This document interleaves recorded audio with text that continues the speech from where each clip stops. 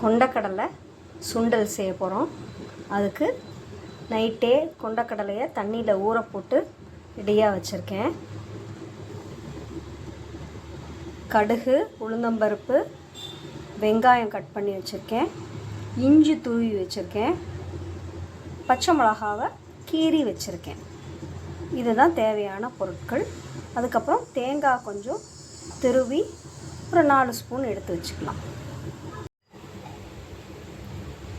ஒரு குக்கரை அடுப்பில் பொருத்தி வச்சுட்டு கொஞ்சோண்டு ஆயில் ஆட் பண்ணுறேன், ஒரு 2 ஸ்பூன். அதுக்கப்புறம் அதில் கடுகு, உளுந்தம்பருப்பு எல்லாம் போட போகிறேன். கடுகு எண்ணெயில் கொஞ்சம் கடுகு சேர்க்குறேன், 1 ஸ்பூன் அளவு. அதுக்கப்புறம் உளுந்தம்பருப்பு சேர்க்குறேன். அதுக்கப்புறம் உளுந்தம்பருப்பு கொஞ்சம் ரெட் ஆகிற வரைக்கும் வெயிட் பண்ணுறோம். உளுந்தம்பருப்பு கொஞ்சம் கலர் மாறிடுச்சு. வெங்காயத்தை போடுறோம். அப்புறம் பச்சை மிளகாய், இஞ்சி எல்லாமே சேர்க்குறோம். வெங்காயம் இந்த மாதிரி கலர் சேஞ்ச் ஆன உடனே தண்ணி கொஞ்சம் சேர்க்குறோம்.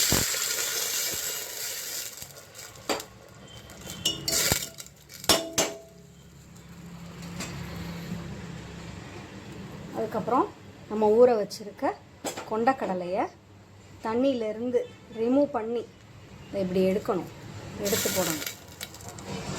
இதிலேருந்து எடுத்து இப்படி போடணும். இந்த ஊற வச்சுருக்க தண்ணியை யூஸ் பண்ணக்கூடாது. கொண்டக்கடலை கொஞ்சம் தண்ணி அதோட கொஞ்சம் கம்மியாக இருக்கிற மாதிரி, அதாவது கொண்டக்கடலையில் ஒரு 3/4 தண்ணி இருக்கணும். அந்த மாதிரி அளவு தண்ணி வச்சு ஊற்றிக்கணும். அதுக்கப்புறம் அதில் 1 ஸ்பூன் சால்ட் சேர்க்குறோம். சேர்த்து இப்போ வேக வைக்க போகிறோம். குக்கரை மூடி ப்ரெஷர் வர்றதுக்காக வெயிட் பண்ண போகிறோம். கொண்டக்கடலையை மினிமம் 8 ஹவர்ஸ் தண்ணியில் சோக் பண்ணி ஊற வச்சுட்டா நல்லா சாஃப்டாக இருக்கும். எப்போவுமே ஆவி வருதான்னு பார்க்கணும். ஆவி வந்த பிறகு தான் குண்டு போடணும்.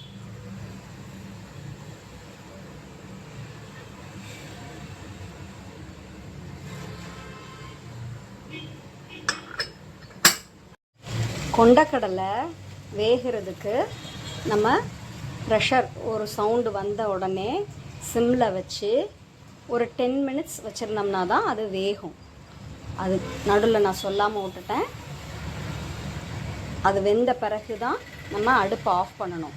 சில குக்கரு ப்ரெஷர் சவுண்டு வரும், சில குக்கர் ப்ரெஷர் சவுண்டு வராது. அதனால் ரொம்ப குழம்பாமல் ஹையில் வச்சு ப்ரெஷர் வந்தோடனே சிம்மில் வச்சு ஒரு 10 மினிட்ஸ் வேக வச்சுக்கணும். கொண்டக்கடலை சுண்டல் வெந்துருச்சு. இப்போ இறக்கிட்டு அதில் கருவேப்பிலை போட்டிருக்கேன். அதுக்கப்புறம் தேங்காய் துருவல் வச்சுருக்கேன், அதையும் உள்ளே போகும். இப்போ இதை அடுப்பில் வச்சு தீயை பொருத்தி வச்சு அதுக்கப்புறம் நம்ம இதை குக்கரை அடுப்பில் வச்சு கொஞ்சம் நேரம் வதக்க போகிறோம்.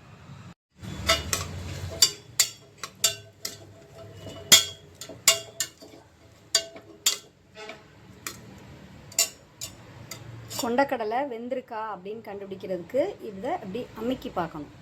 அமுக்கினோம்னா இந்த சைடு நொறுங்குது இல்லையா, இதை மாதிரி நசுங்கணும்.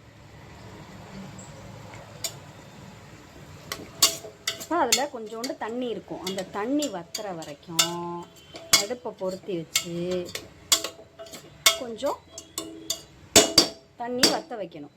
தண்ணி குறையிற வரைக்கும் நம்ம அடுப்பில் வச்சுருக்கணும். நம்ம கொண்டக்கடலை தண்ணிலாம் வற்றி ரெடி ஆயிடுச்சு. தேங்காய் சாதம், கொண்டக்கடலை பொரியல் சாப்பிட்லாமா?